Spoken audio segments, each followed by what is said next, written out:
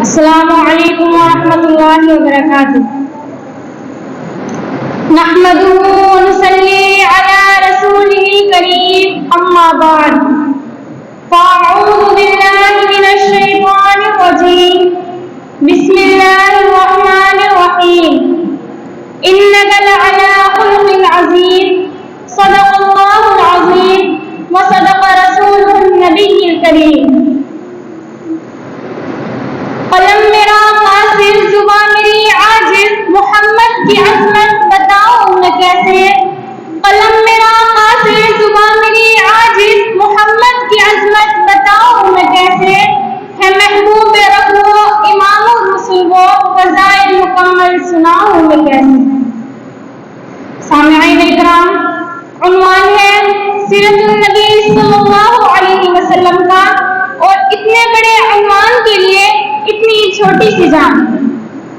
یہ عنوان تو بڑا بحر بے قرار ہے، یہ عنوان تو بڑا بحر بے قرار ہے کہ جس کے ایک کنارے سے دوسرے کنارے تک آج تک کوئی محدث، کوئی مفکر، کوئی نامہ نگار، کوئی قلم کار، کوئی ادیب، کوئی خطیب جا ہی نہ سکا تو جائے مجھ جیسے بدناس طالب علم۔ لیکن سامعین اکرام، جہاں تک بات ہے اللہ کے پیغمبر کی شان و مقام کی، جہاں تک بات ہے آفتاب نبوت کی چمکتی ہوئی کرنوں کی، تو اس کے لیے میں صرف اتنا کہنا چاہتی ہوں کہ جب میں خاتم النبیین رحمت للعالمین سید المرسلین صلی اللہ علیہ وسلم کے اخلاق کریمہ کو پڑھتی ہوں تو میں سوچنے پر مجبور ہو جاتی ہوں کہ غریبوں کے حامی، بے کسوں کا سہارا، غلاموں کے مولا اور ہم سب کے آقا جناب احمد مجتبی محمد مصطفیٰ عربی صلی اللہ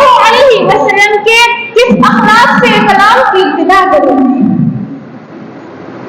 سامعین اکرام، یا طائف کے اس منظر سے ابتدا کروں کہ جب میرے نبی پاک صلی اللہ علیہ وسلم نے طائف والوں کو وحدانیت خداوندی کا اعلان کیا تو طائف والوں نے آپ کو ستانا شروع کر دیا، اور ستانا ایسا تھا کہ آپ کے جسم مبارک پر اتنے پتھر برسائے کہ آپ کا جسم اکثر خون سے لہو لہان ہو گیا، آپ کی جوتیاں خون سے لبریز ہو گئی، آپ کی آنکھوں سے آنسو روا دوا ہو گئے، ارض و سما پر سبتا طاری ہو گیا، شجر و حجر ٹکٹکی مار کر دیکھتے رہ گئے۔ لوگوں نے پتھر برسائے، آقا نے پھول برسائے، لوگوں نے گالیاں دی، آقا نے دعائیں دی، لوگ بڑے القاب سے پکارے مگر آپ خاموش رہے۔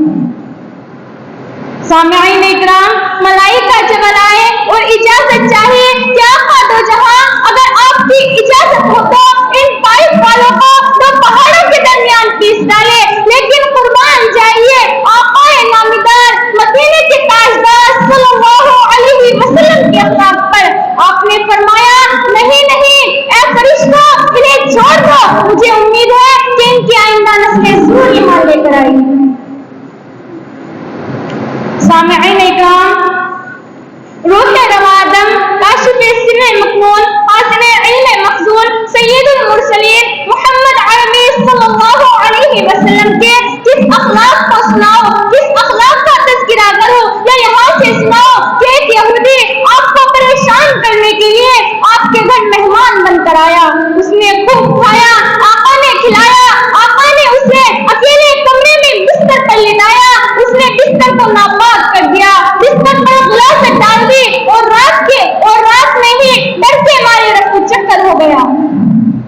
بعد میں اسے خیال آیا کہ میں نے اپنی تلوار تو محمد ہی کے حجرے میں چھوڑ دی ہے، اور وہ دشمن ڈرتا ہوا، سسکتا ہوا، کانپتا ہوا اپنی تلوار لینے آیا۔ دیکھتا کیا ہے کہ مدینے کے تاجدار صلی اللہ علیہ وسلم خود اپنے دست مبارک سے میری غلاظت ہو رہے ہیں، میری نجاست کو صاف کر رہے ہیں۔ وہ یہ دشمن ان اخلاق کریمہ کو دیکھ کر بے تحاشا کہنے لگا کہ محمد تیرے اخلاق بڑے اچھے ہیں، تیرا دین بڑا اچھا ہے، تیرا ہی مذہب سچا ہے، لہذا مجھے کلمہ پڑھا کر مسلمان بنا دیجیے۔ سبحان اللہ۔ سامعین اکرام، مکہ فتح ہو گیا، دشمنان اسلام خوف زدہ ہیں، بڑے بڑے مخالف آج محمد کے سامنے ہیں، آج محمد کا غلبہ ہے، آج محمد کے سامنے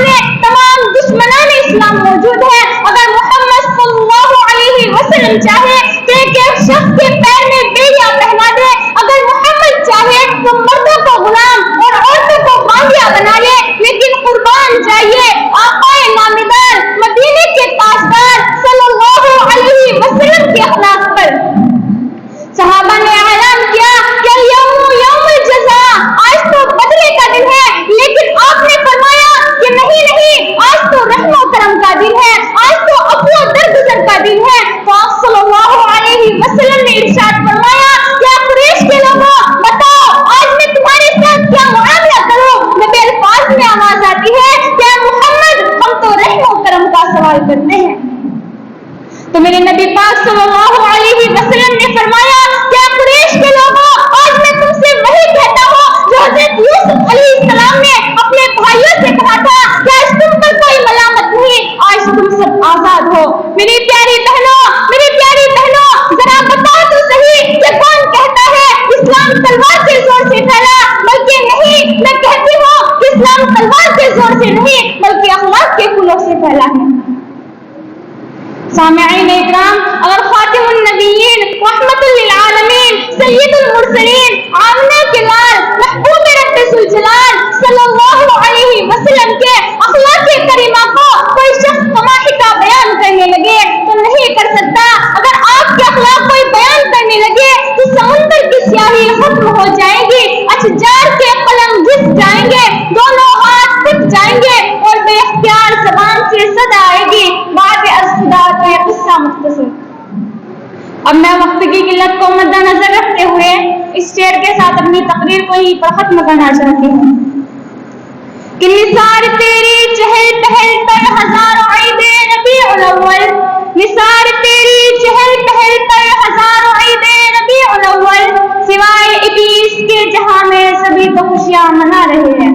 وما علینا الا البلاغ۔ السلام علیکم۔